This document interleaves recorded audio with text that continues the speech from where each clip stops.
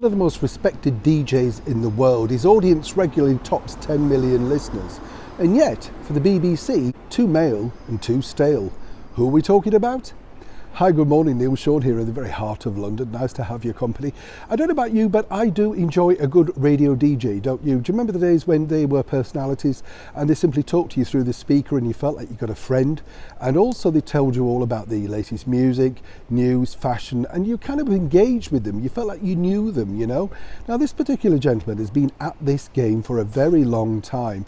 And that's the reason, when you think about it, why he's been so professional, so much loved, and more importantly, so much listened to. I remember him way back when I was still at school. That's how long he's been going. He had a wonderful cast of comedy characters that would pop in and out throughout the show. And when you're a kid, you love all these voices and silliness, don't you? Because it just resonates with you. And I truly believe this is why he's lasted so long today. But now they've decided at the BBC, yes, our wonderful esteemed BBC, that they're going to get rid of Steve Wright. That's Steve Wright in the afternoon. The BBC Radio 2 show that, as I say, gets millions of listeners every single day.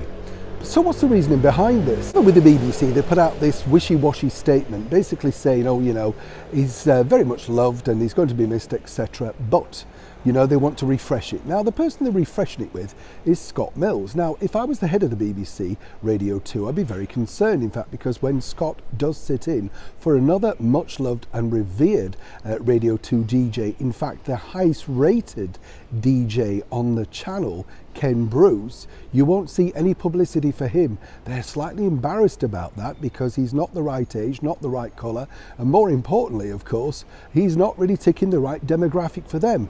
But that is the audience of Radio 2, whether they like it or not. So they've decided to replace him with Scott Mills. Now, Scott, as I say, has been around the block quite a few times. He looks more and more youthful each time I see him. Not sure how that's possible. But of course, he is going to be taking over from this September. And as I say, he ticks all the right boxes for the BBC. What's interesting to note, though, that Steve Wright, as ever, was magnanimous and basically thanked his time for the BBC and he's moving on.